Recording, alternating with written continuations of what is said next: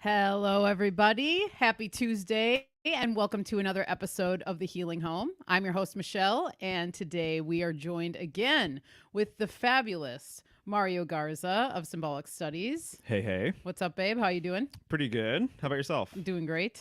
Nice. Yeah, as you have been. I've been looking forward to this conversation again. I know. We pretty much made the call after the Yes. last one that we were going to do it again because I got a lot out of it.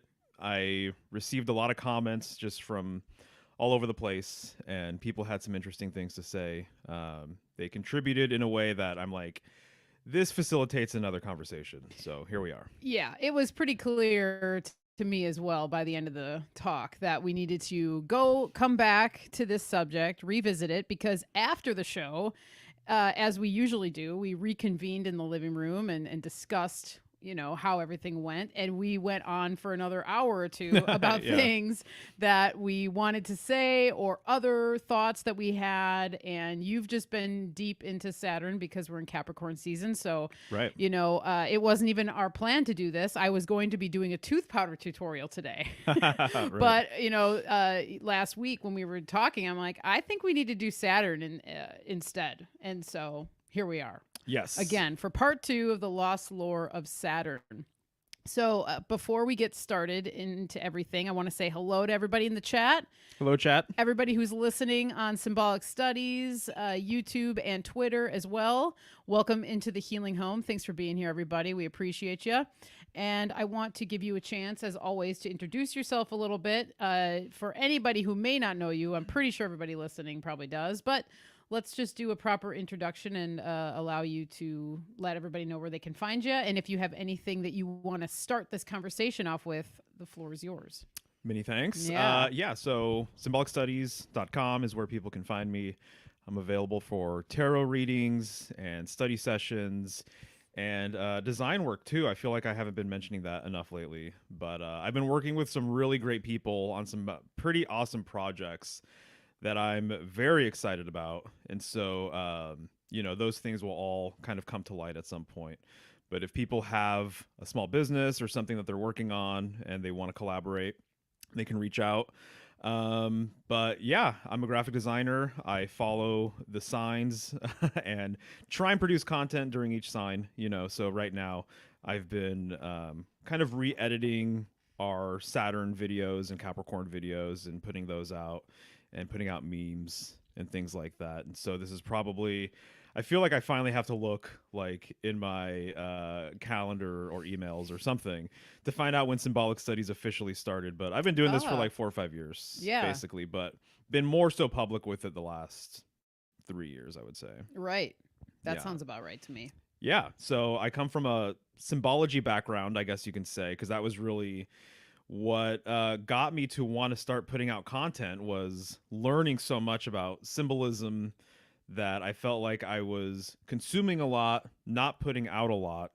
And so Symbolic Studies was kind of born from there. And the name goes back to me wanting to be a perpetual student and then help people along their sort of symbolic path as well. So, but yeah, every single year, there's just like a new wrinkle or a new layer with a planet or a constellation or some sort of mythology that really, presents itself and kind of like steps up my understanding of what it's all about. And this year, I would say Libra came through pretty strong for me in a unique new way.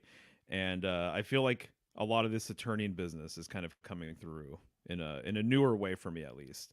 Or at least a lot of the things that I had learned maybe a couple years ago has really come into focus, and I have a much better understanding of what it's all about. Yeah. Well, I'll say even just observing you and being with you all the time, I feel as though 2023, and now we're moving into the calendar year of 2024, was a really revelatory year in a lot of ways. But I think for you, in the sense of the way you're approaching these signs, the way you're putting together pieces that you've gathered over the years and the connecting dots and stuff, I feel like it was a really big year for that. And so I'm not surprised that here we are with the Lost Lore of Saturn. If, just Right. the way that things have been going for you with your studies and everything else. So there's been a huge leveling up, I would say. Yeah, no, I would say so too. And I mentioned this last time, but putting out information, one of the biggest gifts of doing that is the information you receive, in Mm. return. And Mm-hmm. so I put out a meme a few days ago on Instagram, and I got some very thoughtful, comments and feedback and insights from people. And I'm like, man, I was like, that's just amazing to me. It's kind of just this thing where you put something out, and then literally within hours, my understanding of what I just put out like increases, like doubles or triples or whatever, just from what people are sending me. Yeah. So that's been really cool. And and yourself, I've always been a admirer of Saturn, I would say, and that's one of the planets we bonded on. I'm a Cancer, for those of you guys who don't know, and then Michelle's a Capricorn, and so we are, on opposite ends of the ecliptic. And when I found that out, I thought that was really interesting. And then I feel like we've both kind of, just through our relationship, we've both gravitated towards largely similar things. We have our differences of opinion, but a lot of the things that I've always found interesting about Saturn or astrology seems to resonate with you, kind of even with like films and things like that, liking kind of like darker, grittier types of movies and whatnot. You've always been on board.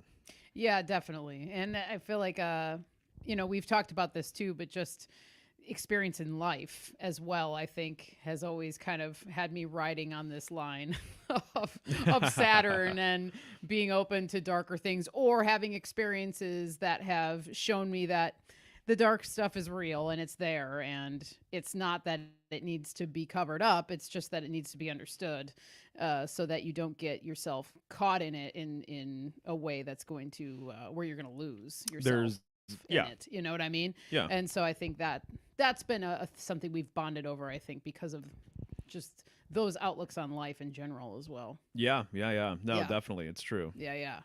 So, where do you want to begin? I have a few thoughts. So Yeah. there's a few things related to Saturn, the name Saturn, that I kind of feel like is worth exploring a little bit. But maybe just a brief recap of our last chat. That's a good idea. I think let's do the recap, and then I like the idea of going into the name of Saturn, because it Yeah. kind of can set the tone for some people that may want to know a little bit more about the etymology Right, and what right. that might mean.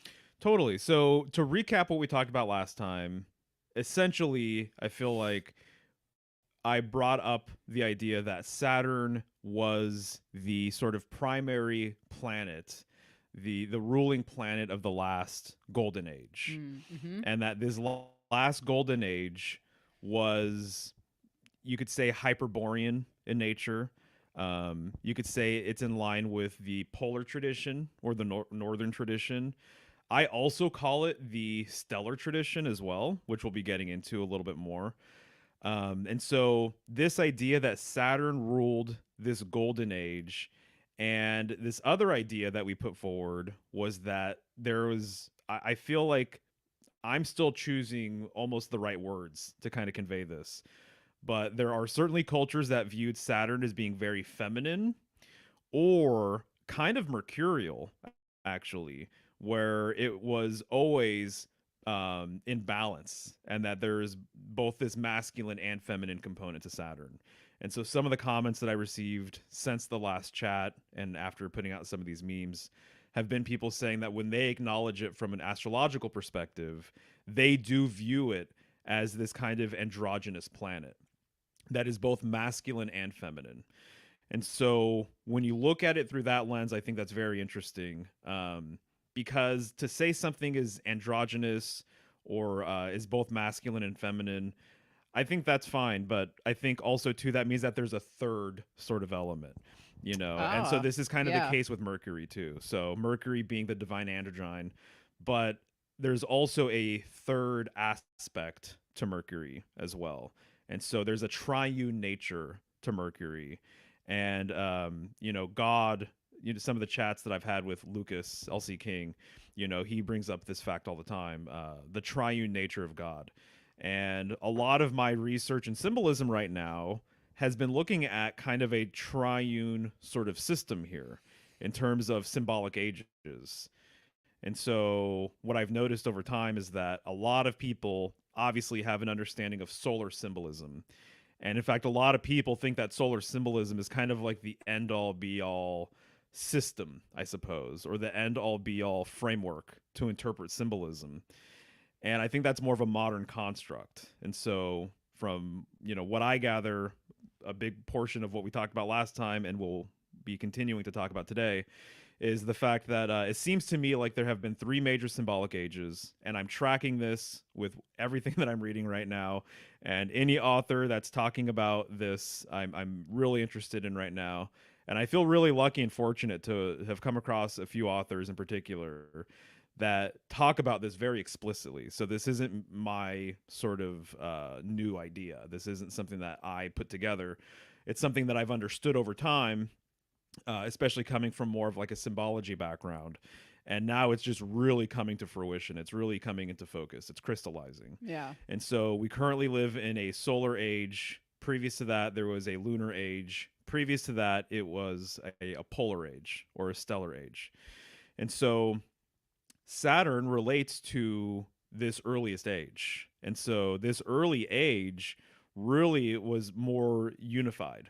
And there was a strong tradition there. And it has to do with the center, or what I'm reading now by an author. He refers to it as the supreme center, right? So there was this holistic sort of core, right? This could be the monad, this could be God, this could be source, whatever you want to call it. I very much think of the sort of interior of like a torus field, right? I think that's kind of an overlapping sort of symbol, I think, with all of this. And so Saturn corresponded with this earlier age. And at some point, its energy kind of became inverted, or it got distorted, or it flipped. Kind of the new wrinkle since our last chat is this idea that, and I don't know if I said this last time, but it seems as though Saturn, being the oldest planet, if you go by the 7 traditional planetary system, which I generally follow as kind of my main way of looking at everything, and the reason why, I don't know if I said this last time either, but it's like there's 7 days of the week, 7 colors of the rainbow, 7 musical scales. If there were more days to the week or more musical scales or more colors to the rainbow, I think I would maybe consider incorporating some of these outer planets in my like core research. But the number 7 is really sort of important here, for a lot of different reasons. And so Saturn would be like the 7th planet out, right? So this slow lumbering planet. What I think part of the symbolism of Saturn is that it's old enough to have gone through this transition.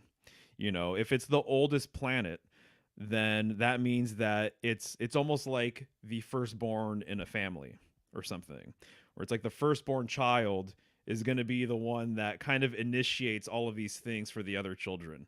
They're going to be the first one to go through these different steps in life, right? To go through puberty, to go through whatever, to get married, to have a child, all these different types of things. So for that young family, the first child, the oldest child, is going to be the first one that goes through all of these big steps, right? So typically, right? Yeah, generally, yeah. But I get what you're saying. Things are very different now. Yeah, That's true. yeah, Right. And so, then it's going to be the first one to reach middle age. Yes. And then it's going to be the first one to reach, their elder years. And if it's a woman, it's going to be the first one to go through menopause and, things like that. Mm-hmm. I think that's what Saturn represents. I think Saturn represents the first planet to have gone through this huge transition over time in a lot of ways. So what we mentioned was that during the golden age, during this northern age, which I can go on about, there's so many tangents that are really fascinating here, but the fact that Saturn was associated with this golden age is very interesting, because it seems as though the symbolism related to Saturn was way more positive. And so Saturn was viewed in a more positive light, I Mm. think. And then nowadays, it's considered to be very malefic, right? So very heavy and dark and things like that. So much so that people don't really want anything to kind of do with it, and they're not really respecting or admiring the components that are necessary here that are Saturnian. And so I see that this sort of change with Saturn has existed potentially on multiple different levels. That it was more feminine and then became more masculine, and then it was more positive and benefic, and now it's more malefic, and now it's more evil. So I think that's all really fascinating. But that's kind of the main sort of thing that we put out there generally. I know there's a lot of other tangents, that we ended up talking about and stuff, but that was kind of the bulk of it, I would say. Yeah, that's a good overview. And for anyone who didn't hear that, part one, you can find that on Symbolic Studies YouTube. You can find it here on the Healing Home YouTube as well. So, you could go back and review it because there's a lot of gems in there.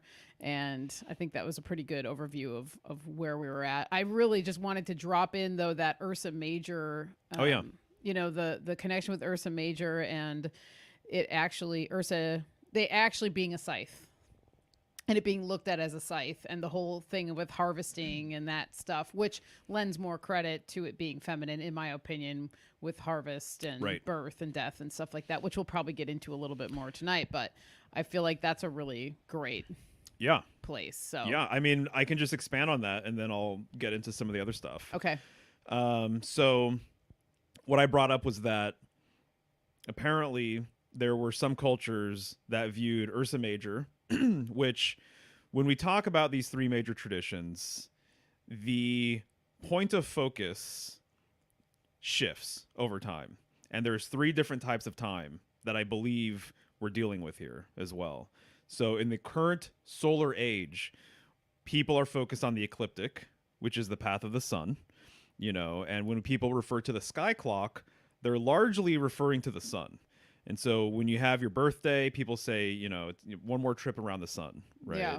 I think that's an inversion, because I don't think that we are going around the sun. Right. And so a lot of these things, by the way, I just have to mention Saturn being feminine, then masculine, Saturn being evil nowadays, but once being viewed as more positive, the shifting of the center changing and everything else.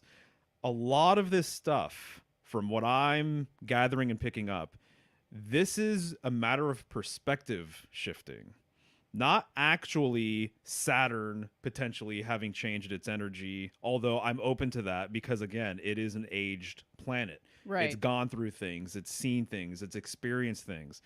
It almost, to me, symbolically, it kind of almost looks like the rings of Saturn are symbolic of its old age. It's almost like an old man growing a really big beard or something, or it's almost like a king, a prince finally becoming a king and now having a crown or something like that. Right.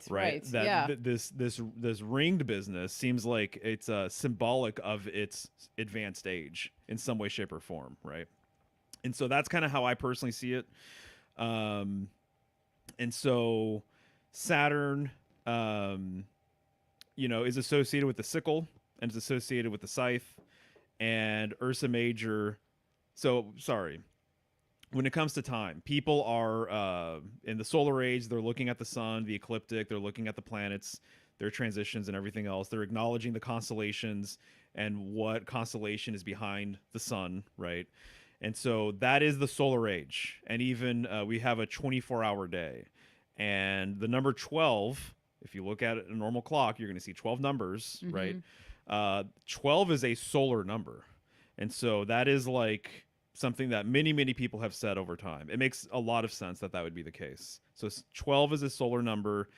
Previous to that, this lunar age, they were looking at the moon as being the primary timekeeper, the primary sky clock. And so they were following lunar time, right? And as I mentioned, there's still cultures that view the moon as being the primary timekeeper as well, right? So they're Right. going based off of lunar cycles. That's why their holidays don't repeat on the same day year after year. Um, During the polar age or northern age or hyperborean age, which it's all the same thing, the stellar age, they were more so concerned, based on my understanding, on the fixed stars.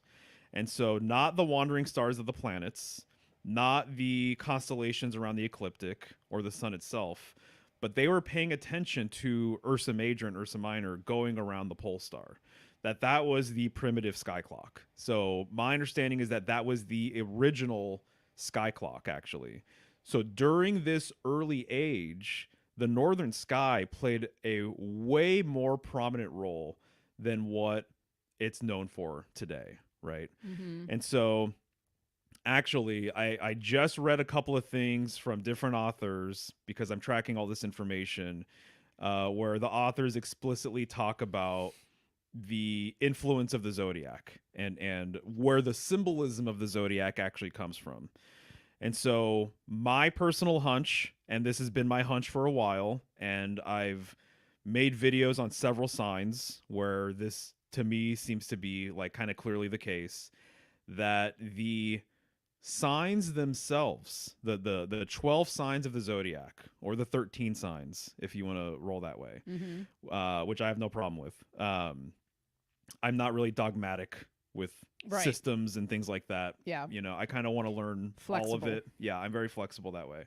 But the actual signs of the zodiac, according to Rene Guénon, who I shouted out last time, I'm going through his book called Fundamental Symbols.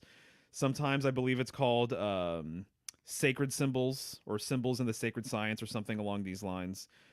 Absolutely fantastic. It's one of the best reads. It's one of the best books that I've come across that very clearly talks about world axis symbolism, polar symbolism, all these types of things. It's blowing me away, actually, where I'm like, holy cow, this guy, I've been looking for you, dude. It's kind of how it feels, you know? And so Rene Guénon, he basically talks about how the signs of the zodiac, the influence of their symbolism goes back to the northern sky. Ah. And so this is the transference that has happened from polar to solar, is that a lot of symbolism that was connected to the polar tradition, which is the northern tradition, which has way more of a focus connected to the northern sky and earth, and arguably I think was way more feminine as well, that a lot of that core symbolism over the ages shifted to a solar sort of understanding. So a lot of the symbolism related to the world axis, related to the North Star, Ursa Major, things like that, that information and that reverence later on was transferred over to the ecliptic and the 12 signs of the zodiac. Rene Guénon says this. I've been waiting for someone, a reputable person, or anyone, I guess, to say it. And I'm like, exactly right. You know, the people I talk to about this kind of stuff, this has come up in conversation. Right. And I've never thought that it didn't seem right or that there wasn't something there. So I feel like I'm on a mission, actually, to at some point completely cover in all the ways the 12 signs of the zodiac relate back to the pole, because that is my understanding. Dude. And this whole entire idea basically makes sense when you understand that everything comes from the Supreme Center and everything returns to the Supreme Center. And that's just how I personally see it. I'm not the only one. This isn't my brand new idea, once again.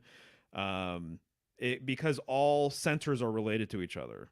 And it reminds me of just a great toroidal field, basically. Right. You know, so everything coming from a center and then ultimately returning to it. So Rene Guénon has talked about this. I'm going to do more research because he's a very prolific writer. He's written a lot of stuff. See what else he has to say about that. But in another work that I've been thumbing through, Galactic Alignment by John Major Jenkins, he says, as an example, that the ancient Chinese, that 5,000 years ago, he said around the time when the I Ching was being created or developed, that they saw 8 constellations around the pole star. and that these 8 constellations related to the 8 trigrams of the I Ching. And so I'm not going to get into the whole I Ching system, but it's a very interesting system. Has to do with 8 trigrams. You combine these trigrams, you create 64 hexagrams. This is a binary system composed of yin and yang, okay? And so he says that they saw 8 constellations around the pole star, one for each trigram, and he said that that was their understanding and that was their system in the polar age. We're talking about the golden age, or we're talking about the hyperborean age. And there's a lot of other ancient Chinese symbolism that I've come across where they have a reverence for the dippers and their sages, you know, or at least one mythology, their sages coming from the north, you know. And so he said what happened was that there was a large shift over time. And he said the shift was as things became more solar, that those 8 constellations that represented the 8 trigrams in the northern sky, that the symbolism of those 8 trigrams shifted over to the path of the ecliptic, which is the path of the sun, and they added 4 more constellations, giving us 12 constellations, giving us the 12 constellations of the zodiac, basically.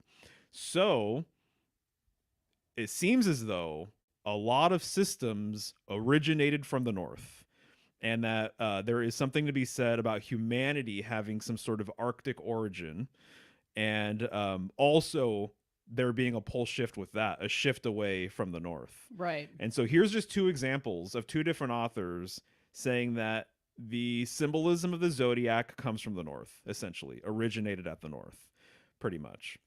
And so this is the big shift from the center symbolically being in the northern sky, or at the very least along the world axis, which has a connection to the North Pole, right? Mm-hmm.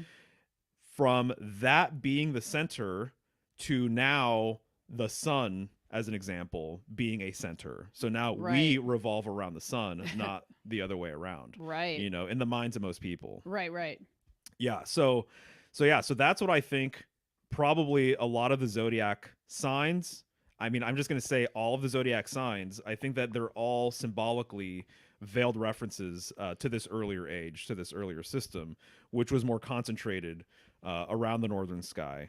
And so I've made videos about this, how it relates to Aquarius, you know, because Aquarius corresponds, and this is a perfect segue with everything we're talking about, but Aquarius corresponds to the star card.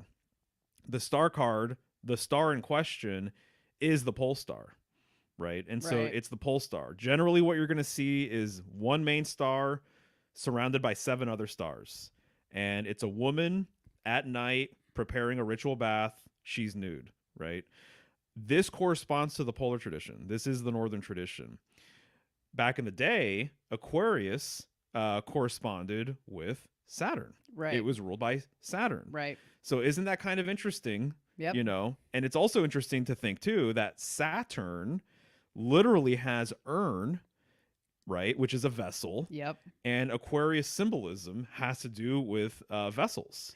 Right. And you can't deny the vessel being feminine, receptive. Yeah, exactly. That's it. She receives. The woman is receiving. Right. You know? Exactly right. 100%. So we'll get into Saturn stuff, but I'll complete my thought. I know I kind of went on a few different tangents there, but Kali, you mentioned Kali. Yes. Right. So when you see Kali, it's not uncommon for her to have a blade with her. And it is actually at the end of the blade, there's this little hook kind of at the end of the blade.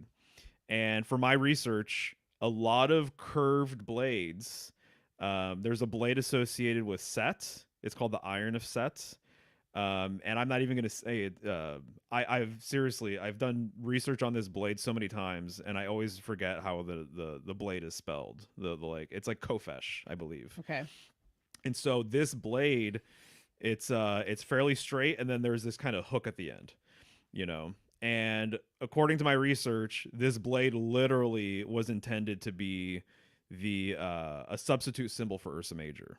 that the little dip in the blade is literally it's the dip in the dipper, Okay. you know. And Mm-hmm. so the sickle, you can almost imagine, if you're familiar with these constellations enough, you can almost imagine that Ursa Major kind of does look like a sickle, Right. you know. And I could almost see a scythe in there too, to be honest, right? And so so when I see that blade that Kali is holding, it does remind me very much of Ursa Major. It makes me wonder if actually that is kind of the correspondence there. So I think at some point what I'll probably do is get, you know, some of that imagery together, get some of these other blades together, and then you know, just kind of show them and maybe pull out some quotes from the books that I've read this information from, and just say, hey, you know what? I know it's, to me, I was blown away. I was like, wait, this blade is an Ursa Major symbol. That seems kind of strange. But when you think about it, it actually makes a lot of sense, you know. Right. And so yeah, so you can almost imagine these two constellations going around the pole star.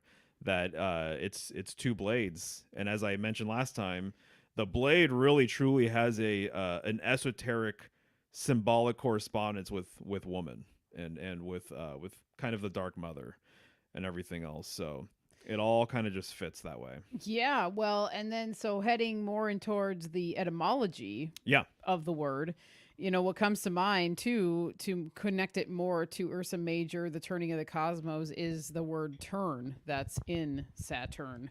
So, Ah, you know, what that that's a good one. that's That's implied great. Yeah. within the word itself, that there is some sort of turning happening. And most people who understand how the, you know, I mean, we can't, I guess, claim to understand how the world works, but from what I gather, that, and what I believe is that obviously change is constant and it's always turning. The wheel is always turning. The cosmic wheel is always turning. Your wheels hopefully are always turning. And it's just how it is. And so Right. to me, it kind of points more to the primordial aspects of Saturn and it being more of the origin point. I love that. I love the turn. Yeah, that makes a lot of sense. It's actually really funny because when people break it down, I don't know if I've ever heard anyone bring up the turn part. It literally just It's came to like me as we're sat, talking. and earn are the R- parts that I always kind of like think about personally. Right. Same. But as we're talking, I'm like, wait a second, turn. Like, to Right. everything, turn, turn, turn. That is the whole thing. It's like, because it does. So that's one that I'd like to dig a little deeper on too. Well, okay, so the whole thing, in my opinion, when it comes to cosmology, cosmography, the debate has been for a long time: is it flat? Is it round? What's going on? Mm-hmm. I almost feel like that actual conversation, flat versus round, it's it doesn't really complete the picture of what the conversation's about. I would agree. And it's actually kind of a cul-de-sac Yeah. sort of thing. Yeah. And so what I think personally is that a lot of this conversation truly hinges on what's turning, Yes. as in what's spinning, right? And so what is actually spinning here is the earth underneath your feet spinning and rotating and revolving and hurling through space, or is the sky above your head, is that what is turning? Is that what causes the fixed stars to go around the pole star, Right. you know, throughout the year? You know, what's actually turning? And there might actually be a couple of different sort of hinges up there, because the pole star could be a hinge, and then I think there's something to be said about the sun also having its influence on the planets. And so that's one way of Right. looking at it, Right. Right. is that the fixed stars go around Polaris, but the planets actually go around the sun, you know. And Right. so, but what I don't think is that we are going around something. Not at the very least, if that's the sort of argument or whatever, it doesn't appear as though we're moving around anything discernible. You know, I think that that's kind of wool that's being pulled over our eyes. I think that this is one of the inversions, and this inversion, it makes perfect sense when we're talking about a polar age versus the current solar age. That's what we're talking about too. We're talking about in the polar age, there is the world axis that everything revolves around. And so there's a point of pivot for everything to the heavens, you know. There is something to be said about the earth also turning as well. That there is this idea that even though what's moving up there, that there are things that kind of move down here. People move. There's, you know, oceans and tides weather and, you know, all that kind of stuff. right. And so there is something to be said about that. But I'm more interested in the symbolism of the cosmos actually turning or churning or spinning, basically. And so during the heliocentric age, the solar age, everything revolves around the sun, you know. And so that's kind of been one of the major shifts as well, from this being, you know, close to the center of everything to now the center of everything being millions or billions of miles away or light years away or something like that. So isn't that interesting? That was something I brought up last time too. You know, this idea of the center, the supreme center, the cosmic center, in the earlier ages, it was much closer, much closer. In today's world, it's so far away. It's like unfathomably far away, Right. according to the numbers that we're given and everything else. So what Rene Guénon says, which I think is very, very interesting, is he essentially says that the supreme center, and I don't know if I mentioned this last time, but that the supreme center literally is lost or hidden during the Dark Ages. That is what is missing here. This supreme center, this cosmic center, the world axis, knowledge of it, being able to understand it conceptually, spiritually, all of these different types of things, understanding its implications, understanding how unified it is, you know, all of these things. That's what he says is the main factor in a dark age, is that the supreme center is nowhere to be found, basically. Wow. Interesting. Yeah. And so that's why for me, I mean, I'm just not surprised. I guess I shouldn't be, but part of me, I do kind of get a little surprised, I suppose, when I think about how few people are interested in this, you know, because it unlocks so many things. It's unlocked a lot of things for me, and it's really, it's unlocked a lot of symbolic truths, because so many symbols go back to this world axis. So many symbols go back to this original age. So going back to Saturn, so Saturn, right? So even turn. So right? So Yeah. as in urn. Is a very interesting sound. And you're once you pay attention to it, it's in a lot of words, right? So Saturn, Ursa major, Ursa minor, father, mother, sister. There's a royal, one of the oldest games ever is called the Royal Game of Another fellow I'm tracking right now who was interested in polar symbolism, who was heavily influenced by Guénon. He belonged to a group called the Group. Really? Yes. And so there's even a people that are the people, and there's a land called There's a lot of things when you look at it. I'm sure people in the chat, you know, I know there's a few people who probably know a bit about it. Oh, yeah. But when you look into it, it means primordial. It means original.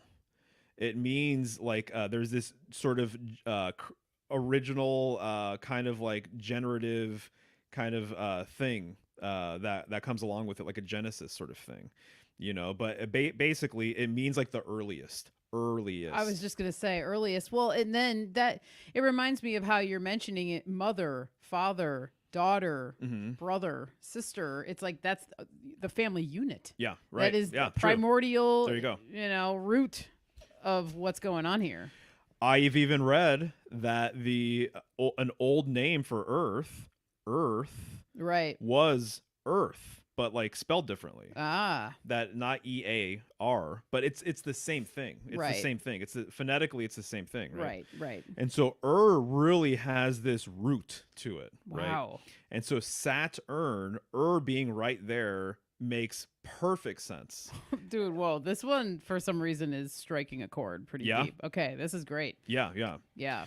So Saturn, urn, relating to Aquarius, relating to the star card, relating to the polar tradition, the northern tradition, right?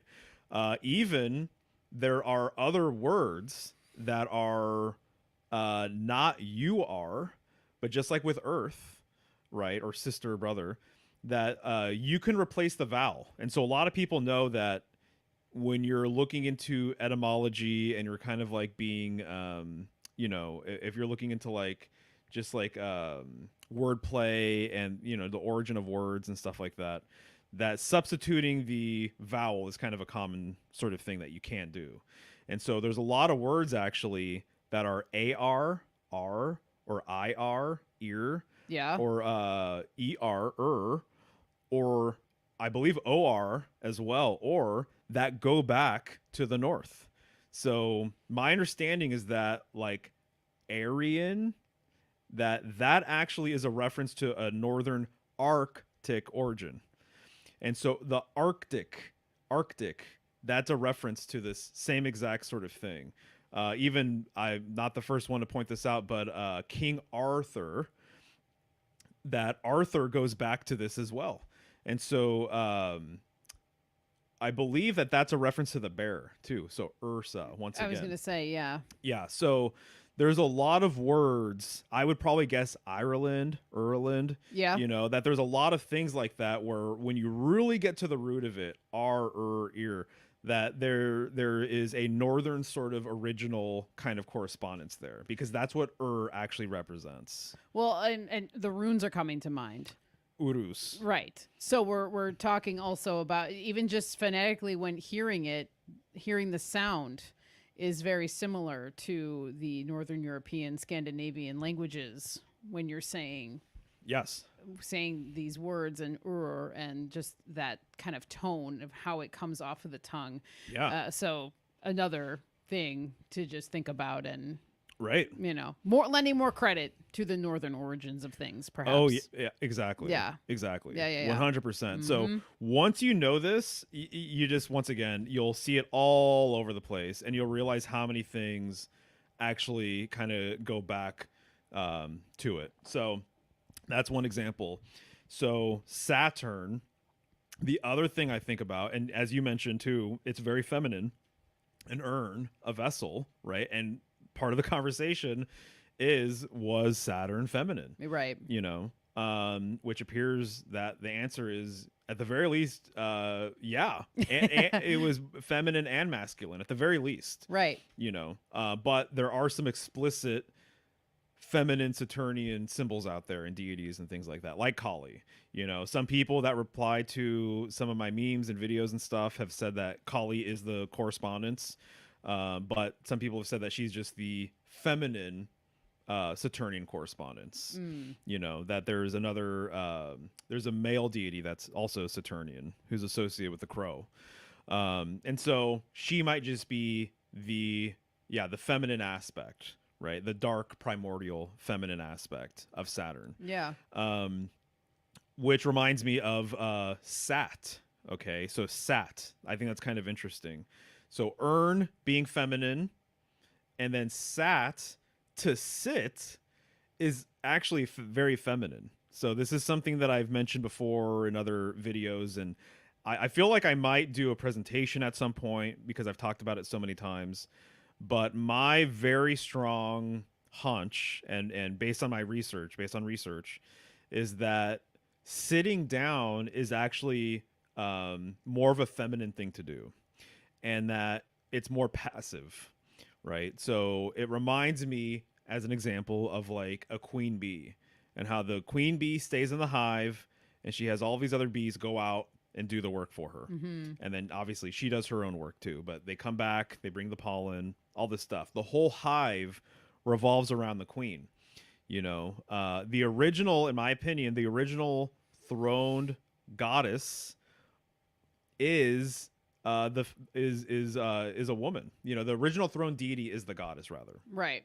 And so I think that there is a lot of information out there that essentially kind of backs this up.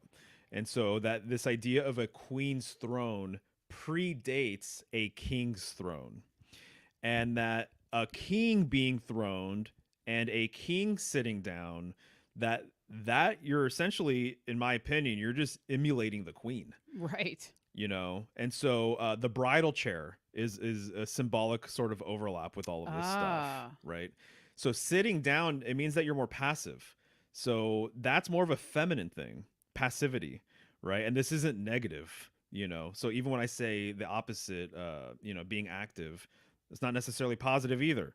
Right. There's it's a neutral sort of thing, right? And so a woman can rule from the confines of her kingdom or castle or whatever, right? It's more of a man's duty symbolically, traditionally, to go out and travel, bring home the bacon, if you will. Yeah, right. A woman can be domestic and she's moving mountains, Right. because she's raising children, she's taking care of the home, she's, cooking, and she's doing all of these different traditional sorts of things. So on a traditional symbolic level, the throne and the bridal chair are completely related to each other, I would say. And that when you think about sitting, it's more passive. In today's world, we have a lot of people sitting down for their jobs, right?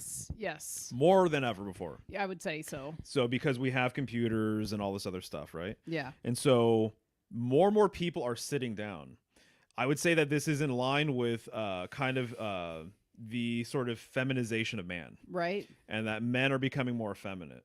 Well, if you're sitting in a chair and you're playing, I'm not hating on anyone's activities or hobbies or whatever. Right. Been there, done that. I have stuff I need to work on. But if you're sitting down behind a computer, or you're sitting down and you're playing games, or you're sitting down and you're watching movies all day long, yeah, you're probably going to be more effeminate, right? And your children, if the lifestyle continues, you're also going to be more effeminate. Well, and we're seeing that in real time happen. Well, yeah, I was going to say. So it's almost like, no judgment at all, but it's just like, the proof is in the pudding kind of thing. Calling a spade, basically. And here we are, we're sitting right now, right in front of a computer, and exactly. So right. It's like we understand. But I'm just saying symbolically, right? Sitting is actually more feminine. Okay, right. So sat. So sat, it's the past tense of sit. Right. So there's even like almost, when you look at it that way, there's almost this like passage of time in a way, having sat down. Right. Now, what I want to bring up is the fact that it's really interesting that the devil card corresponds with Capricorn, which is ruled by Saturn. Mm-hmm. And I'm thinking of like the Rider-Waite version of the card. He is sitting on a black monolith, right? And so he's actually squatting on a monolith, right? Which is one way to sit or be passive, to be at rest, right? To kind of be fixed, right? And so I'm in the midst right now of writing a post about why the devil squats.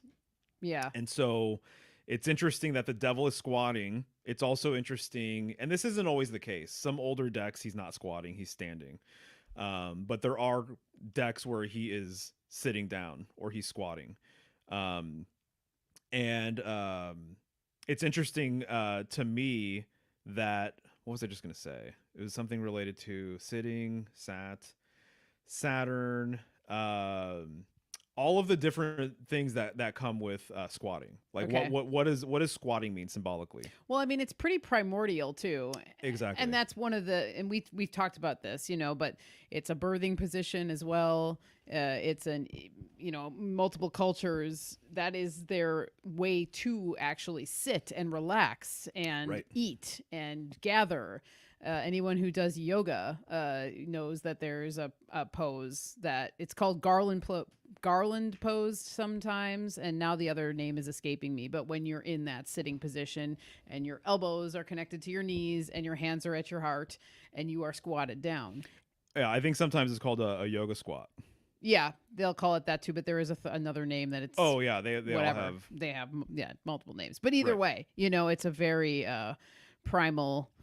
comfortable position if you're in shape and you're flexible. You know what I mean? So I feel like it's another sign to me that that's a natural position for all people to be in. Mhm. But because we have digressed from these more primordial practices, the sacred centers, the this is and the that's is, it's actually not as easy for a lot of people to get in these positions anymore because we're Right. not well versed and practiced in it unless you go out of your way and you make it a point to be practicing these things. Right. Whereas it could have been part of your daily life to Right. squat like that. Right. And eat dinner or go to the bathroom or whatever it was, or just relax or do chores or do tasks or whatever, and not anymore. So Right. that's something that comes to mind as well. Yeah, no, exactly right. 100%. So squatting symbolism kind of went through sitting in the throne and all that kind of stuff. So yes, so squatting is more, it was how people sat before, if you didn't have anything to sit on, obviously you would squat. If Right. if the floor is dirty, you would squat. If you're working, on the floor and there was no table or something, then you would be squatting, Right. essentially, right? Right. And so this was also the way that people, and they still do in many parts of the world, go to the bathroom. And so you squat down. And if you travel around the world, there's a lot of places where they don't have Western style toilets. So you don't have a toilet that you sit down. You don't have a porcelain throne, you literally have a hole in the ground, Right. basically. And these holes will oftentimes have a place to put your feet, right next to it. And so you're literally squatting down. And so this is how a lot of people do it, right? And so when you're squatting like that, it actually is more of a clearing sort of thing, when you're going to the bathroom. Right. And so things get out easier. Your digestive tract is lined up for that, Right. versus when you are sitting down on a toilet.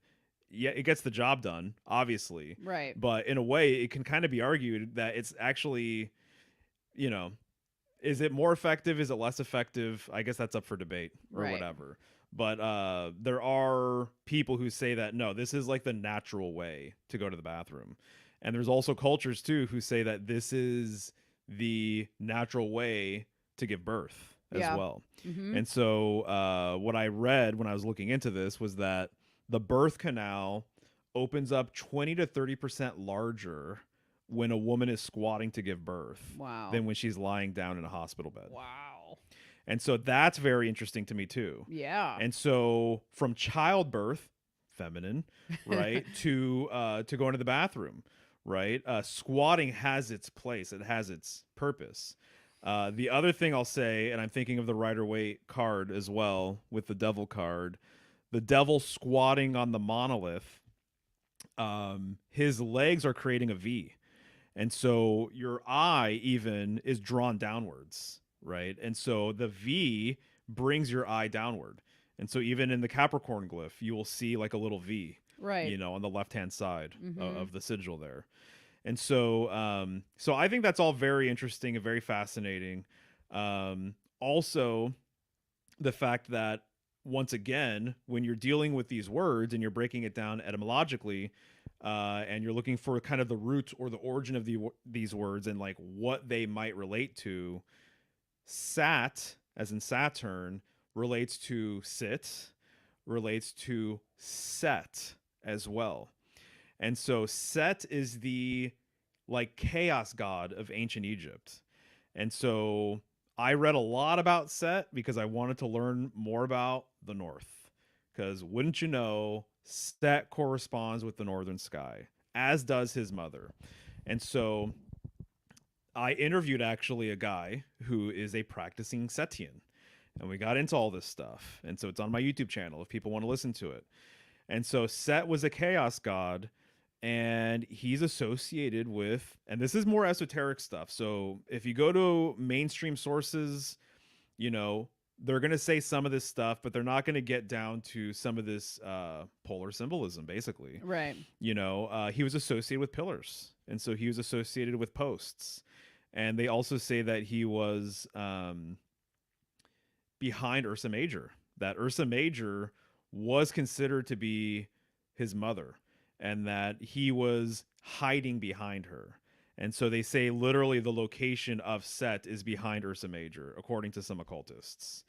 I mentioned this last time too, but according to some occultists like Kenneth Grant, that the tradition was that Ursa Major corresponded with Set and also corresponded with Saturn, and that Saturn was the planetary correspondence for Set and also the planetary correspondence for Ursa Major as well.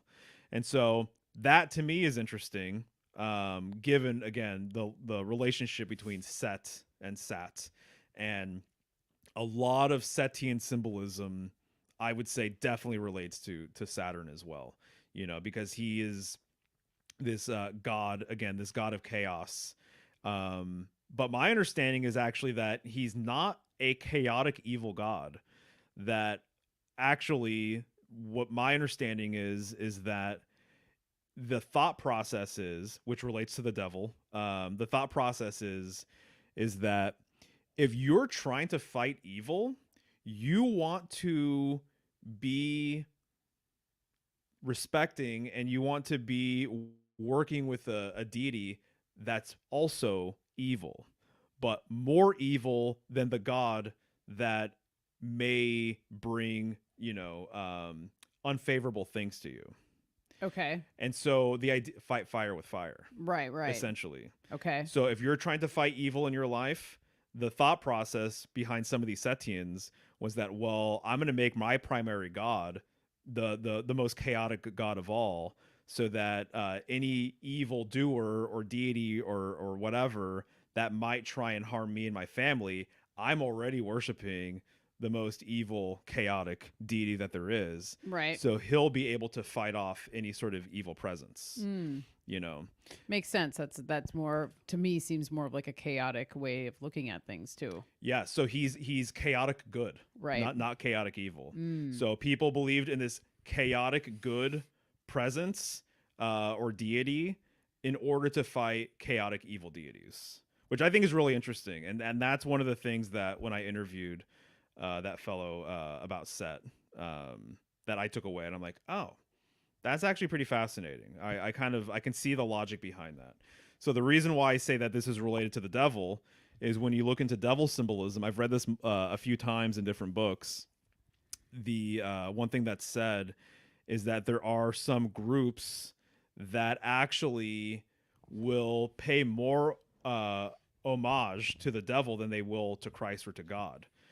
And so the example that I read was that they will sacrifice one animal to God or Christ, but then they'll sacrifice 30 animals to the devil. Okay. And so then people are like, wait a second. So do you worship the devil? Do you people worship the devil?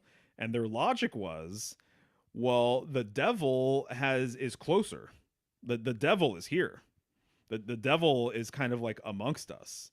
The devil has more of an influence on the people of Earth than God does. Even God is more, he's a higher tiered sort of deity. So if there's anyone you want to appease, if there's anyone that you want on your side, it's actually the devil. And so that was their logic. And so, which I think is kind of interesting too. Right. So once again, you sacrifice one sheep or goat or whatever to God, but then you sacrifice 30 to the devil, right? So this gets into the card that we've been talking about lately. That's what I was thinking in my head. Yeah. Right. So there's an older tarot card where the devil literally has his hand hovering over a home. Mm-hmm. And I think it's kind of this sort of enigmatic kind of, there's something to it. It's one of my favorite tarot cards of all time, I'll say. Really? Yeah. Because I think to me, it's because he's standing at a distance from the home as well. He's he's not like right immediately over it, or he's not bigger than the home. The perspective is that he's far away from the home. Kind of like when people take a photo so they look like they're holding the moon or whatever. That tarot card is kind of doing the same thing. Yeah. He's at a far distance, so the home is kind of small, and he's just hovering over his hand over the home as though he is kind of like the controller of the home space. Right. Which to me lends more credit to Saturn potentially probably being feminine originally, because although a man has a very important role in the home, the woman, it's as we've talking about in a traditional role, it's kind of like her domain. She is the domestic goddess that rules the home, that runs the home, that makes sure that the home is tidy and fit and fit for a king and fit for her children and herself, Right. to be there. And so it makes a lot of sense to me also from the perspective that Saturn is all about containment and the ability to create and hold boundaries strong, Yeah. and to understand when boundaries are important, which we talked about a lot in the last episode.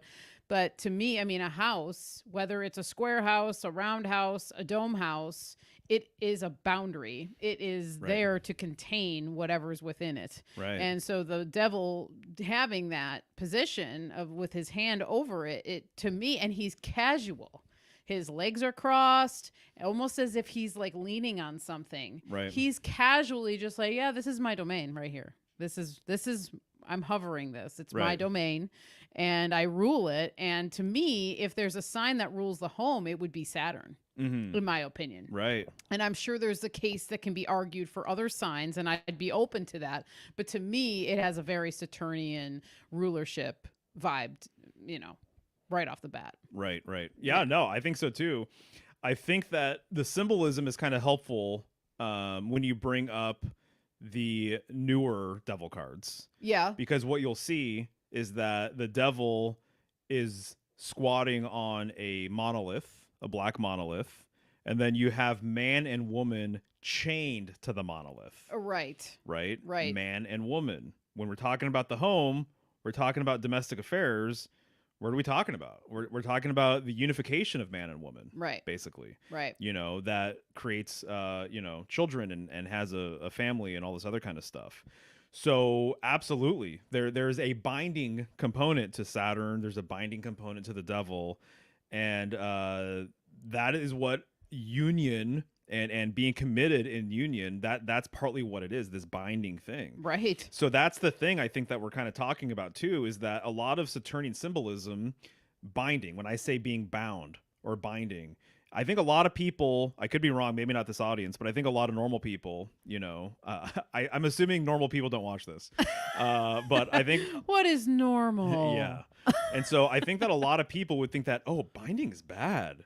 Binding's not good. Right. And it's like, well, no, it's necessary. Yeah. It's things come together here, and binding, bound, and then things split apart. This is what Baphomet has on his arms. He has Solve Coagula, so one arm says Solve, the other one says Coagula, dissolve and coagulate. Things coming together, coagulate, and then things dissolving, breaking apart. Right. Solve. So the binding aspect to me is, but also too, that's why I think that what we're really dealing with Saturn is that masculine and feminine binding and release. I think that these two things are there. Scythe, the sickle. Okay. Cutting things apart, severing things, severing ties. So I think that this binding aspect, this constrictive thing that people generally think about with Saturn, the partition aspect of things, all of that, that's just one side of Saturn's coin, I think, potentially. Yeah. Oh, yeah. And I think so. And that this binding, as an example, within marriage or union in a relationship, it's also what is going to, I'm not saying for everybody, but I'm saying that there is a freedom there. Oh, yeah. You have a partner that you can rely on and trust and do things with, and someone who's going to look out for you and you'll look out for them and all this other stuff. So there is to me, I'm just starting to really see that Saturn plays a role with both sides. Once again, just like Baphomet, which is why a lot of modern devil cards essentially look just like Baphomet, pretty much. And what is Baphomet? Baphomet is part devil, part angel, part man, part woman. I've always said that there's a lot of mercurial symbolism with Baphomet, so I'm starting to kind of see that with Saturn now. Even as we just go through this conversation, I'm starting to be like, man, maybe Saturn is more of like a mercurial type planet, where it's all of these things, but I think it's all of these things potentially to more of an extreme, to more on more of a sort of refined, aged sort of state. So I think that kind of makes sense to me right now Yeah, as I'm thinking about it.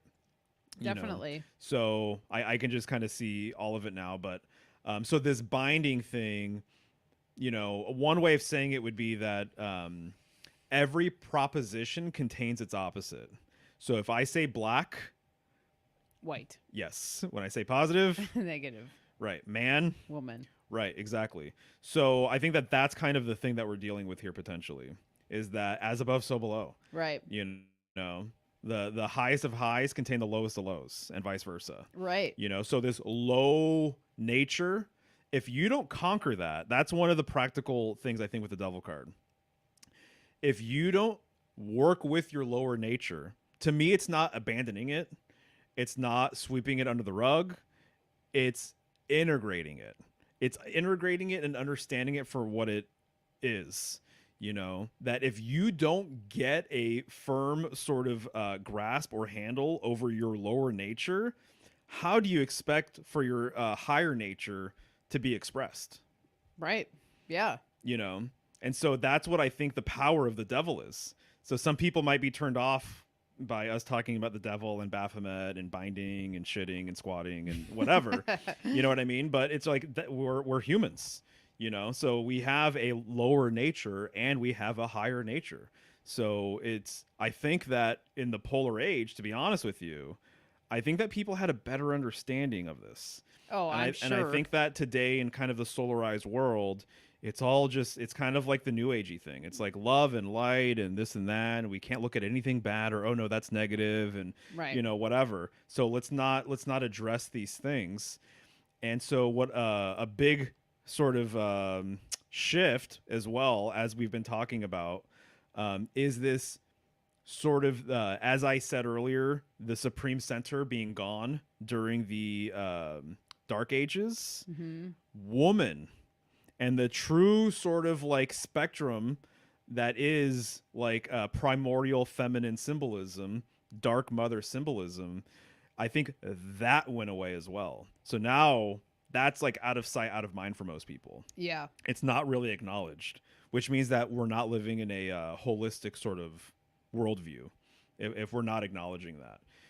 So I think that the correspondence, right? I think Cheney, shout out Cheney, mentioned it last time, but like the crone, right? Crone and Chronos. Right. Exactly. That's actually kind of what we're dealing with here. And Yeah. so I think that, Saturn, one of its aspects is that it is the primordial mother. That's what I think is going on here. Yeah, I would agree with you for sure. And there's actually more people I think that fall into the category of having these thoughts that Saturn is more feminine. I mean, just from doing a small amount of research on my own, there's a handful of things that pop up when you even do a Google search, even though I know Google is like, whatever, it's not going to give you everything. But if you dig far enough, there are a handful of people that I've come across that definitely, this is pretty normal to associate Saturn as a feminine energy, or originally was feminine. Right.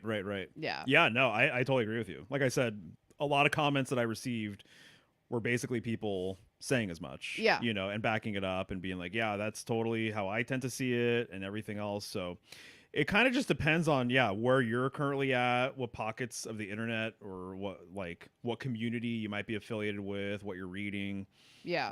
All that kind of stuff. Right. For Well, sure. and one of the things that I think about with the feminine connection to Saturn when it comes to plants is elder. And so the elder tree or the elder shrub is typically known as a crone tree. That's one of the nicknames for it. And I've been fond of elder for many, many years. Have worked with elder very much. One of the I would say one of my go-to herbs to work with. But in terms of like spiritual stuff, wanting to connect with the elder on a deeper level and feeling the feminine energy from an elder tree since I began being in the presence of elders, Right. and understanding the way that they grow and what their attributes are, what the medicine is, and also what they symbolize on that level of Mm, being about boundaries, working with the liminal space, being the thing that kind of is the boundary between here and the liminal spaces, or here and the other worlds, utilizing communication through the wood and things like that. And so to me, when I first really honed in on that one, I then started wondering about the Saturn connection and, well, okay, is it always father time? Or is it mother time? right. Was it mother time as first off and then became father time? Right. And I think that there's a lot of stuff in these sorts of myths, particularly in the natural world or herbal world, that kind of point to this as well. Right. And I know we kind of brought up the wise woman tradition and all that stuff in the last episode, but again, goes back to it corresponding to the solar and polar tradition. Right. Right. Right. No, definitely. No, there's a lot to be said about that for Yeah. sure. So, I mean, obviously, yeah, time. You're always going to see Saturnian, not always, but you're going to see a lot of Saturnian figures like Kronos, Father Time. They always have the hourglass, and they're going to be related to this slow passage of time. Saturn makes so much sense to be related to time, because of presumably its old age. We almost called this show Saturn the Elder. Right. Right. So I think Saturn was the first one to go through these different cycles, of life. And so it's been around old enough to have shifted and everything else. Mm-hmm. I'm thinking of the fact that, the hourglass, the way it works, right? You tip it over and then all of the sand goes through to the lower portion of the hourglass, right? Right. And then once all the sand makes it all the way through, then however much sand is in there, that's how much time has passed, right? Yeah. 30 minutes or whatever, an hour. And so I'm thinking of that, and I'm thinking of the kind of that pinch, right in the middle, and there's the center, so it's like all of the sand has to go through this like narrow sort of center, Right. Almost kind of reminds me a little bit of like a Taurus field or something. Or I'm thinking of another.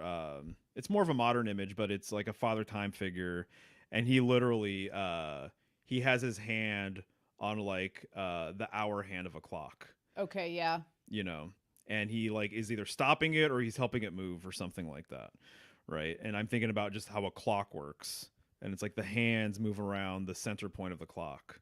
That there has to be that center point, for a clock to function like that, right? There has to be the point of axis. There has to be, the point of pivot, right, for the hands to move around. And so, one of the things is that this shift has been from literally that center to everything outside of the center, to the exterior, I guess you can say, So it's funny to me. That's kind of how I see a lot of things having moved towards in the solar age, is that we're not thinking about the inner. So we're not thinking about our inner selves, right? A lot of times, I'm sure people here are, but it's more external. Yeah. So it's like what's happening outside of you, what's happening on the world stage, what's happening with your favorite celebrities, what's happening, on social media. Guilty once again over here of all of that. But I think that during the primordial age, that center point had way more meaning and value behind it. And every single thing symbolically has a center point. It can't exist without it, Right. essentially. So it just depends on what you're talking about, right? But even you just look at any kind of image, right? You look at a circle. It's like, well, the circle is able to exist because there is that middle point, that the outer line, revolves around, essentially. So that central point is and was of primary concern. And it seems as though Saturn has a relationship with it, because it related to this early age, the polar age. Right. And so, and what we talked about last time too, it may have been in direct alignment with the world axis. Yeah.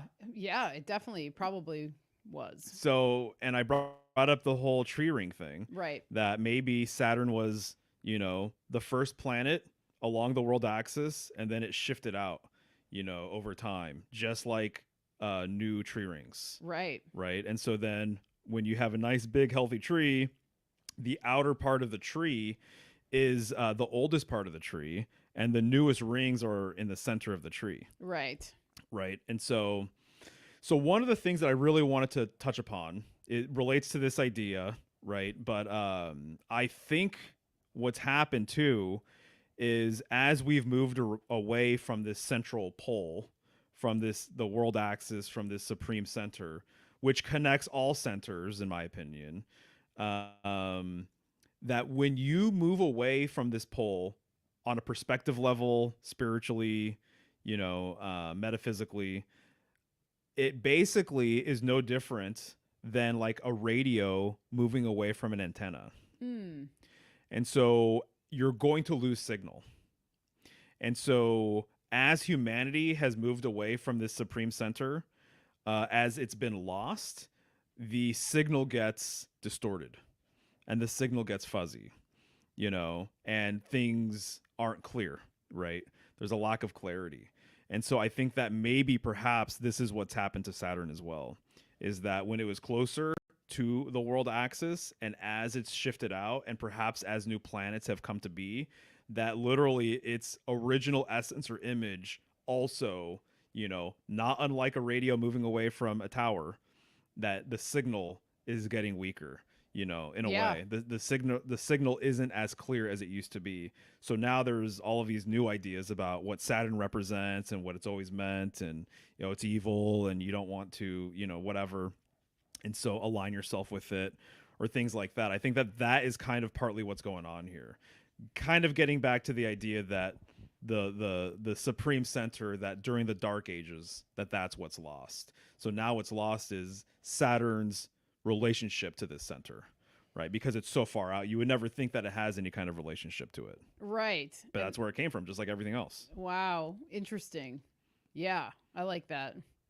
I just had a thought and it just escaped me. Man, but it was something having to do with, a lot of times when you look at the astrological characteristics of Capricorn, which obviously is ruled by Saturn, one of the things is kind of, I always think about, there's like a very kind of straightforward, astute sort of energy with Capricorn. A lot of times Capricorns, myself included, can be classified as cold or can be classified as stoic or something like that. But I think one of the characteristics in a well-evolved person that's under the rulership of Capricorn is keeping yourself and helping others get out of the victim mindset.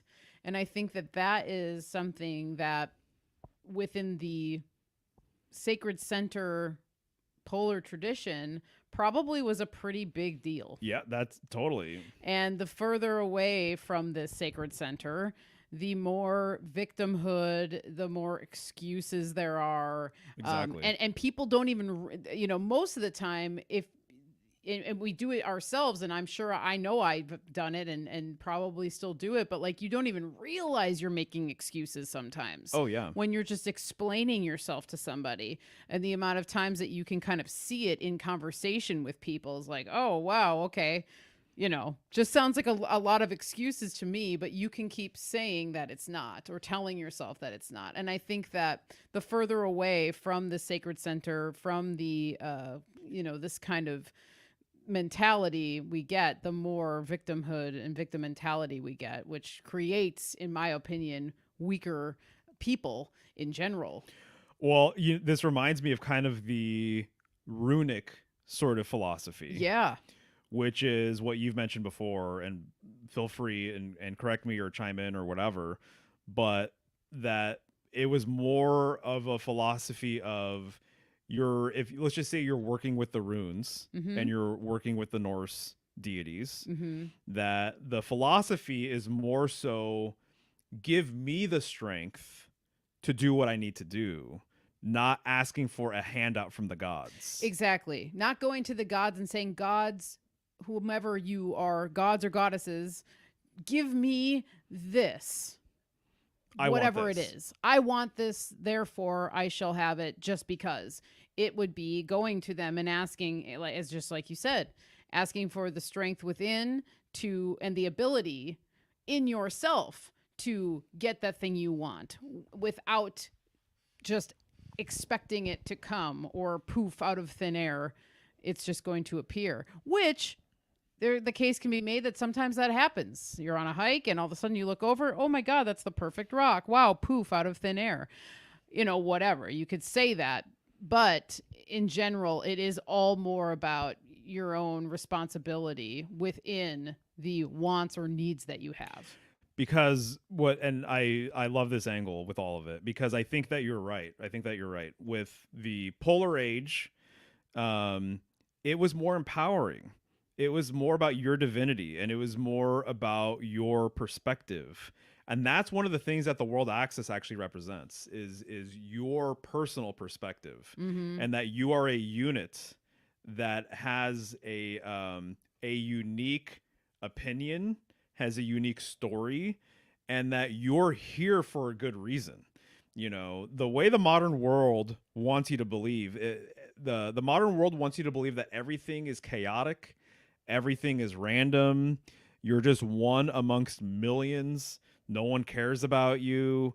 The world and the universe, or the world and the solar system, is just one of many out there, one of countless.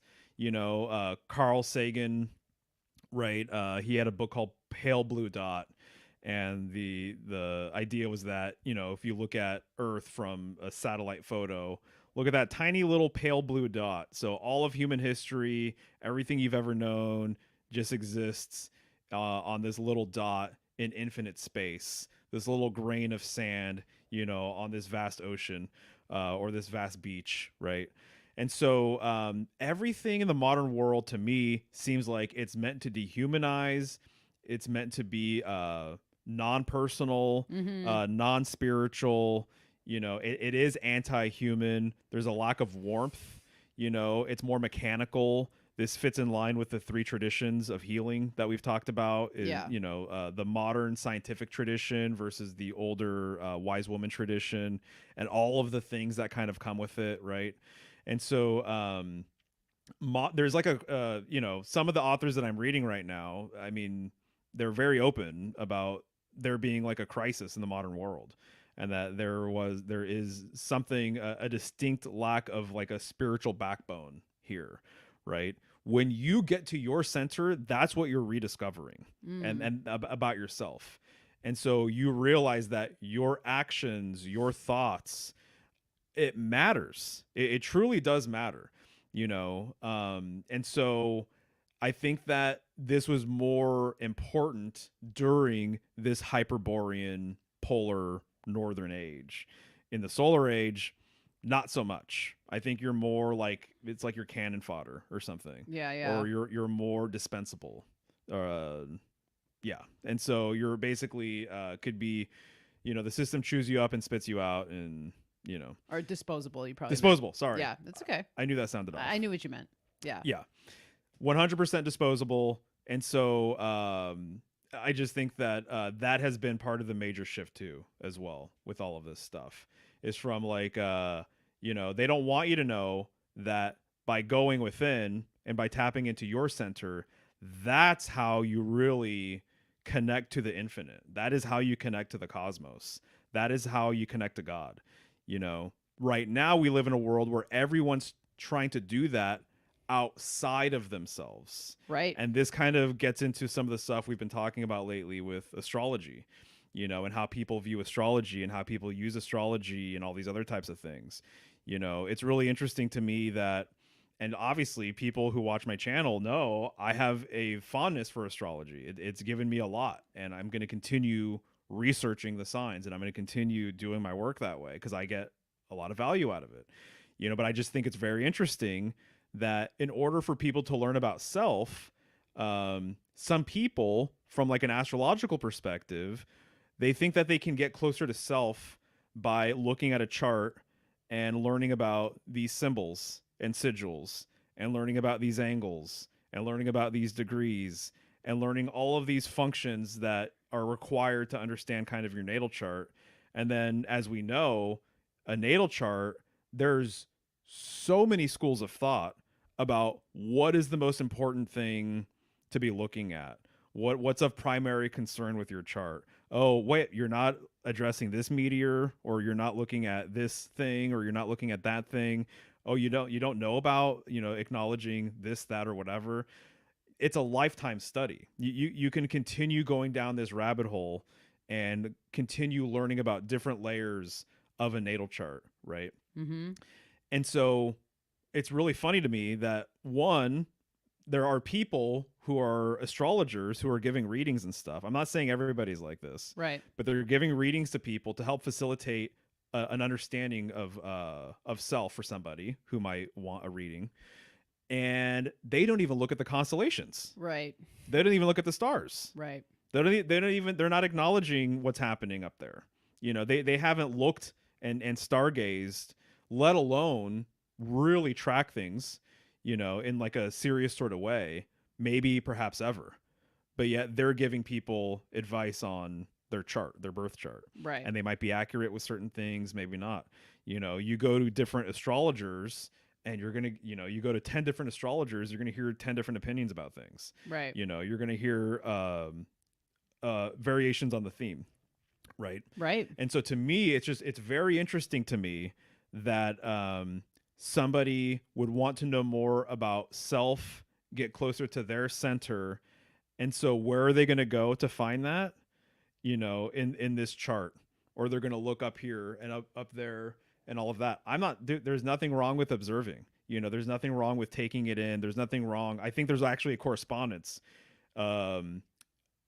Symbolically, an external search, to me, there's a correspondence with that representing an internal search. Right. Yeah, definitely. So an external journey is symbolic of an internal journey. Right. Right. This is the path of the fool. This is the hero's journey. There are so many things that are like this, but the external search is emblematic of the internal search. Right. Well, there's a shortcut to all of this, and it's within self. Yeah. And it's with you, and it's contemplation, and it's understanding your thoughts, and it's feeling, acknowledging your emotions and allowing them to kind of pass through and everything else. I just feel like sometimes the natal chart, people get kind of lost in the weeds, and they're more concerned about what's happening 2, 3, 4, 5 months from now than being in the present moment. Right. And there's a quote that I've said many times over, but it's very helpful. It was some monk that said something along the lines of, if you are constantly thinking about the past, you're going to be prone to depression. If you're constantly thinking about the future, you're going to be prone to anxiety. If you're thinking about the present moment, you're going to be prone to peace. And so I think a lot of times divination takes us out of the present moment. And either you're forecasting ahead, right, or you're looking back and reflecting. There's nothing wrong with looking ahead, and there's nothing wrong with reflection either, And so I think that it's smart to, if you see, the writing on the wall, right, acknowledge it. Or patterns. If you see patterns, patterns exactly. are very important to patterns witness. Exactly. Yeah. But I just feel like in the modern world, a lot of people, I'm not saying everybody, once again, just to clarify that for like the third or fourth time. Yeah. Especially people listening, but I think that basically, I think that divination and the way it's kind of used right now, man, I see a lot of people and they're looking way too far ahead, or they're looking way too far back, but they're not in the present moment. Right. And I think that is another aspect to the polar tradition that I believe seems to make sense, because the world axis and the pole star in the heavens, the pole star represents an eternal star. It's an imperishable star. It represents a still point. So to me, on one level, this kind of ties together ideas related to tradition, ideas that might be futuristic, but also this idea of the current moment right now, of the eternal now, essentially, of the eternal present moment. And so, yeah, so that's some of kind of what we've been talking about a little bit, with astrology and things like that, and how some people use it and everything else. So I give tarot readings, and one of the things I've said multiple times for people is that I do not prefer to look ahead. Right. That I'm not going to give you a yes, you're going to get with so and so. No, you're not going to get that job. Because I think a lot of people think that that's what divination is here for, Right. just to give me what tell me what's going to happen. And I understand why people kind of gravitate towards that. In my personal opinion, even though I said that there's nothing wrong with looking ahead and looking and reflecting, I think personally something like tarot or even a natal chart, I do think it's actually probably best used to reflect. Yeah. Either check in right now in the current moment or reflect, but not necessarily look ahead. I would agree with that, and I feel like my view on this has really come into form, over the last handful of years. When it comes to this, and I've never really been one to want to always constantly have readings done or do readings because of these things, because I think also it can cloud your vision of the current moment, Right. because then you're projecting into the present so hard that you're going to be in a state of anxiety, which when you're in a state of anxiety, it's really hard to be present, and then it's really hard to be grounded, and it's really hard to be centered. Are you saying when you're projecting ahead so far? Yes. Yeah. Yeah. I don't know if I said. You said present. Oh, Doesn't okay. matter. Yeah. When you're projecting in the future, Right. and I think one of the things that came to mind when we were talking about all this stuff in the center, and in my opinion, just this is personal experience or whatever, personal opinion. When you find your center, when you find that thing or those things that you are like, no, this is it. This is like part of my essence, part of my core. You actually don't feel as though you need the external validation Right, exactly. anymore, right. or as much anymore. Yes, of course. There's always going to be times, even if you've found your purpose or your thing, where you're going to be like, well, wait a second, is this right? Or is that, no one is ever 100%, in my opinion, sure or whatever of anything really.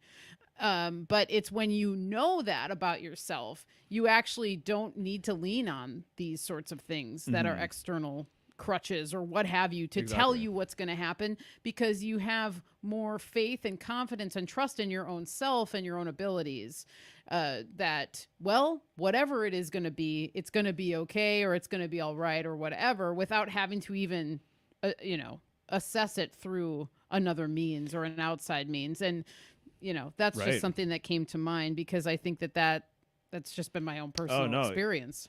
Right. No, exactly. So people have heard before, this is more of a common thing, that you are your own worst enemy, right? Mm-hmm.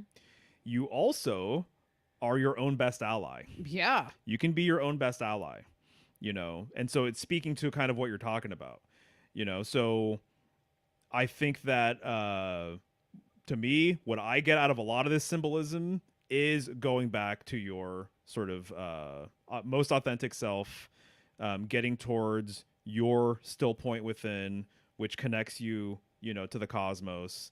And I feel as though ever since I've gone down this path with polar symbolism and everything, I feel that more strongly than I ever did before, when I was, as an example, just looking into mythology and just looking into astrology. Even now that I think about it with astrology, I'm like, okay, 12 signs, but like, what's the unifying thing here?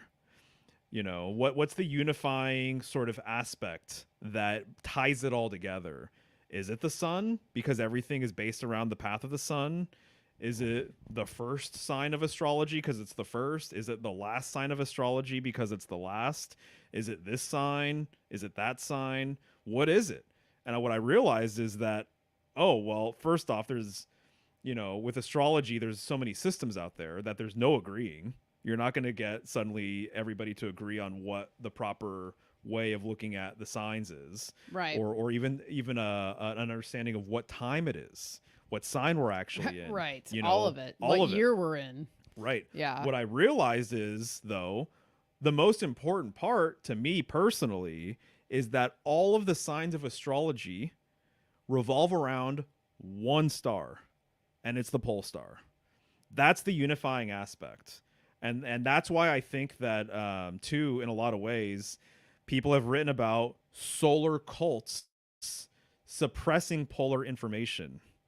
solar factions suppressing, smearing polar symbolism. Right. That's a whole conversation.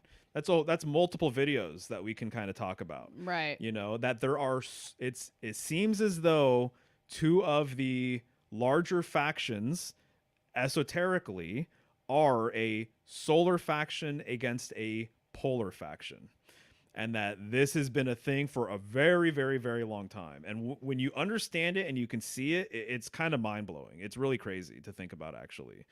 You know, and so World War II being one example of polar symbolism, like the swastika, Right. you know, being viewed one way, Mm-hmm. being promoted to be associated with certain ideas and concepts and things like that, when it's actually one of the most holistic, beautiful symbols that has ever existed. It encodes so much amazing information that's why there was a campaign against it, and why it was connected to certain groups and everything else. So it's a whole can of worms, basically.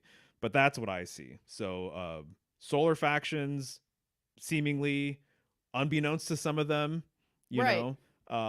you know, against this sort of polar kind of understanding of things, you know. So yeah, and just because we're talking about all this stuff too, again, they say that we live in a solar system, but I believe that it's actually more accurate to say that we live in a polar system. You know, that's been the great shift as well. Not saying that people understood it as a polar system back in the day, but basically all of the symbolism, everything that I've learned, it's like that was their understanding, though.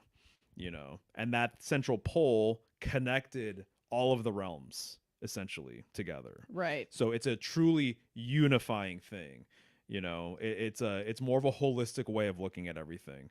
It's a more holistic way of decoding, in my opinion, which is why I'm so hungry for this information, because I looked in, you know, I have a lot of symbolism books around, you know, and I've looked into a lot of books, looked into a lot of symbols, and the one symbol there, or the one sort of philosophy or angle that connects all of the things together is the polar tradition. It's the northern tradition.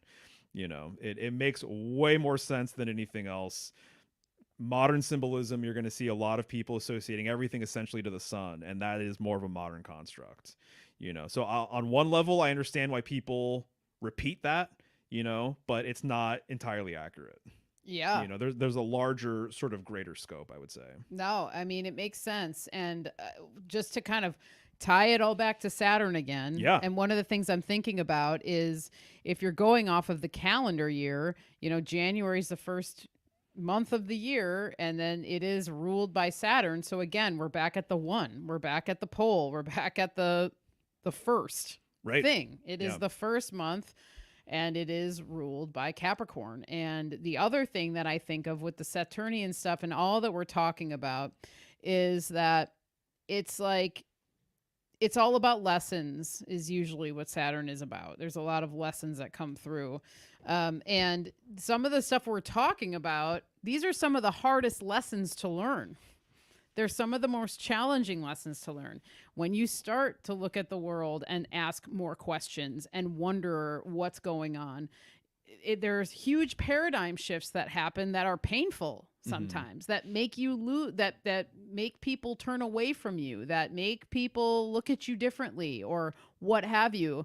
But it's these moments that are so important that Saturn rules and that are essential to, in my opinion, living a healthy, holistic, honest life with integrity. Mm-hmm. And that's why to me Saturn really seems as though it has such an important place with this polar tradition, with the idea of it being the first planet, whatever you want to call it, celestial body, but the primordial mother energy, because some of the things that are tied into Saturn are basically their rules for life. And I think that when it's kind of thrown under the bus as this darker, sort of spooky, scary, heavy, immovable thing, then it kind of you lose the value in some of the more positive aspects of it when you really look at it. Even though it looks harsh on the outside, or that may have been a really hard lesson to learn, it's actually really valuable that you learned it, and it's really valuable that you learned it when you learned it, and hopefully you're able to apply it and then integrate it so that you don't do the same thing again. And that, I think, is what is most important in life. Yeah, because the sort of polar wisdom is really seeing kind of what you're made of. Yeah. Polar wisdom has more to do about you than anything else. And that is difficult. That's not easy. To truly look in the mirror and acknowledge the role you've played in your life versus scapegoating, which we talked about last time, I think. Yeah. Scapegoating someone else, scapegoating the system, scapegoating whatever, and saying that they are the reason why I feel unaccomplished, or I'm unhappy, or things didn't work out my way. That is the victim mindset. And so I like the word integrity that you used. It's like having integrity, not relying on your politicians to have integrity, not relying on good luck, not relying on any authority figure to have integrity, but for you to have integrity, right? Not relying on anyone else to have a moral compass or to whatever, do what's right, but for you to do what's right, and for you to have a moral compass. It's about your true north, right? And so I think it's interesting that integrity Right. Integrity. Totally. Right? And so a lot of people don't like this sort of outlook or whatever, because it kind of shines a light on the role they've played and their decisions and their sort of how they think about things, and all that kind of stuff, their philosophy and all of that. And so I totally get it. I totally understand. But integrity too, also starting with I. Yeah. So I, as in self, right? Yeah. The Hebrew letter that corresponds with the devil card, by the way, is ayin, which means I. And so, like on the Crowley card, you're going to see a goat, a Himalayan mountain goat with a third eye, right? And so I is another symbol of the world axis. And even in the Bach saga, which, take it for what it's worth, but there's a few things in the Bach saga I find to be very interesting. But they say that literally the lowercase I is the world axis and the dot on top is the pole star. And that the uppercase I is the world axis and Isa is also the world axis. Right. And so isn't it interesting that it relates to self, it relates to vision, your third eye, potentially your first eye, the world axis, all of these different things, because that's really what it comes back to, because we are part of a greater network. So it's no different. Like we are on we are creeks that belong to a bigger system, that belongs to a bigger system, that belongs to a raging river. Right. You know what I mean? So we're all part of this huge sort of system. So we are truly like, we are aspects of the one, the one, even the number one. That's a world axis symbol. Yeah. Because it's the most holistic sort of symbol that you can have, either the one or the dot. It's kind of the same thing, in my opinion. Because when you look at a one from the top down perspective, it's just going to be a little dot, but it's a pole because it represents the cosmic pole. It represents the world axis, pole star, North Pole, all these different things. There's a reason why the number one, we use a vertical line to indicate it. And it goes back to that early tradition. Yeah. Yeah. I love it. Nice. Wow. Another banger. Yeah, you think so? I think so. I mean, do you feel like you got through your notes, or? I think so. I mean, let me look to see if there's any stragglers here. Yeah. I always feel like it kind of comes down to energy for me a lot of the time. Oh yeah. I mean, we're at a quarter to, we've been going for almost 2 hours. So nice. It's I get it. I will say maybe one thing that I did want to talk about a little bit. I think some people have kind of an understanding of it, perhaps, but just a little bit about Pan. Okay. Oh yeah. And so Pan representing all. That like so that's what Pan means. So panspermia as an example. And so Pan means all, it also means bread, pan. Mm-hmm. And so it's interesting that Pan connects to grain symbolism as well. One of my favorite Pan paintings ever is Pan playing his flute, his panpipe, in a field of golden wheat, Yeah. basically. And it's so epic and awesome. And so the story of Pan, because it relates to Capricorn. So Capricorn, and the devil and Saturn, you know, really is all of these things correspond to Pan. That Pan is kind of a symbol that fits right in with all of this stuff, right? And so when we're talking about Saturn, we're talking about a primordial god. And what I'm understanding is that, and this has really become clear to me over the last couple years, is that I used to think that all of the gods, for whatever reason, when I was younger, that they were similar in age, about similar, come from similar like periods of time or something like that. Right. So not the case. In fact, that is like a big aspect to understanding mythology, is that there's different tiers of deity. There's different tiers of gods. Right. So there are newer gods and there's old gods. So as an example, I would say that the planets, as old as they are, might be a newer tier of deity, as an example, that there are more primordial gods. So it almost like, it really like, it just depends on what scope you're talking about, right? So someone might say that a deity, like a Roman god or whatever, oh man, that's a really old god. That's like a perspective, I suppose. Mm-hmm. There's far older deities, far older gods, right? Lovecraft, Lovecraft talks about like the oldest of deities, these really truly ancient ones, right? On a planetary level, on a zodiacal level, Saturn is like the oldest god, seemingly. I can't think of, what else would it be? Right. Right. Seems to be.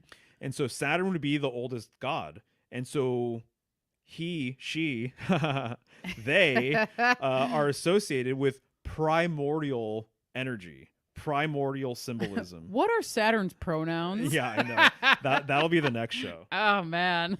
And so Saturn is a primordial ancient god, as we've been talking about, and Pan is kind of a substitute for this idea, actually. And so when Pan died, the natural world, they say that like the animals of the forest all cried.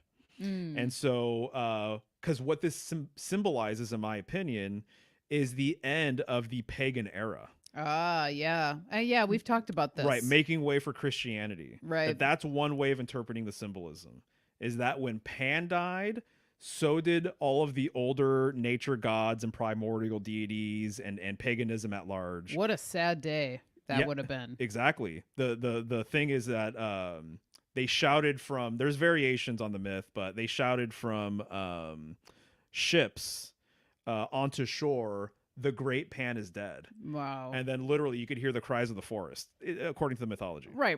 And so it's also metaphor as well. Exactly. It's obviously. a metaphor. Right.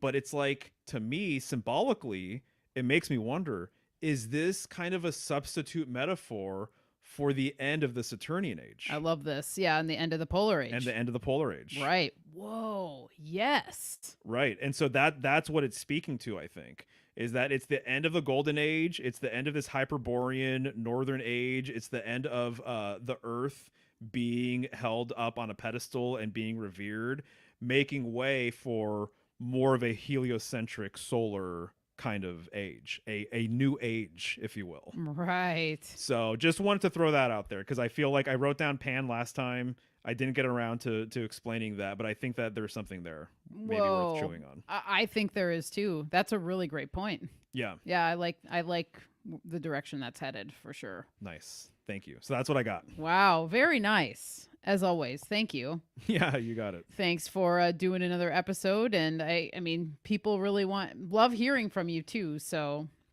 nice. Yeah, I like it.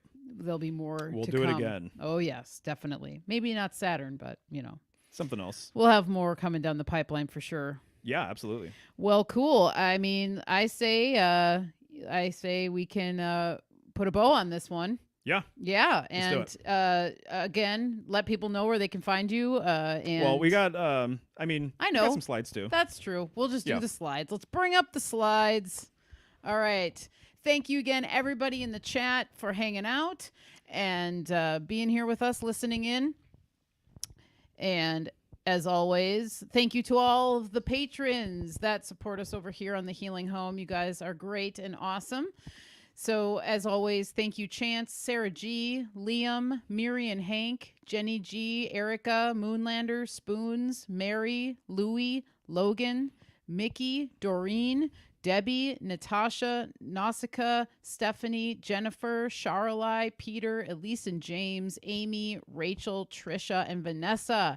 Thank you. The list is getting longer and it's really exciting. Definitely. So thanks, guys. As always, we appreciate you. The patreon.com/the healing home if you'd like to jump over and join me over there. It's a really fun time. Full Moon Offering newsletter is my face and body care remedies, and we are almost sold out of all of these lovely remedies that I've made for you guys this month. I've got just a few of each left. So if you are interested in trying them out, you can head to the website, as always, michelleshealinghome.com. And up on the screen, we have my current menu as well. So speaking of elder, as we talked about today with Saturn, elderberry and reishi syrup is still available. I've got 3 bottles left, so you can snag some of that up if you're interested in that.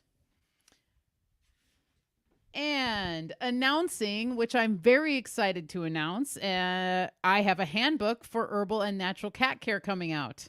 Yeah. And we're actually going to complete everything, and it's going to be available tonight on the website, but I've been working on this for a while. It's been in the works, and I cannot wait to share it with people. And Mario has been a big help and support of me doing this. It's something that I've wanted to do for a while, and it's now out. So I've compiled all of my experience, best to my knowledge, of what I've done in the past for our cat Carl, and all the things I've learned about herbal and natural cat care along the way, and bringing it to you all you cat lovers out there, so that you can have some alternatives to help your furry friends out a little bit more. So yeah, check that out. Yeah. So definitely, we're going to be uploading it tonight, but tomorrow, people can give it a go. Yeah, I would say if they're interested. Tomorrow, if you're interested, it'll be definitely up on the website for sale. Next Full Moon Offering newsletter is coming out on the 25th of January. So that's how you will be able to find out what I have coming down the pipeline. And you can sign up for my newsletter on my website, michelleshealinghome.com, and go to the newsletter tab. And if you sign up, then it's just the best way to keep in contact and also know what I have available, because I typically make small batches, and I do that consistently every month. So sometimes I run out of things, but then sometimes I restock it. But on the newsletter, you'll know everything that I've got available. Next week on the Healing Home, I have Jenny of Mi Casita Herbs, whom I'm very excited to talk to. And actually, I haven't known Jenny personally, but I've known her through Instagram and also Tippecanoe Herbs, because I know that she, I'm pretty sure she works at Tippecanoe, but she also has her own herbal business that she runs in Milwaukee, Mi Casita Herbs. And so we are going to get down and chat about her. I'm going to get to know her a little bit better and introduce her to the Healing Home community and audience. That will be next week on Tuesday the 16th at 3 p.m. We'll be 1 hour earlier than normal, so 3 p.m. Pacific Standard Time. Me and Jenny will be talking.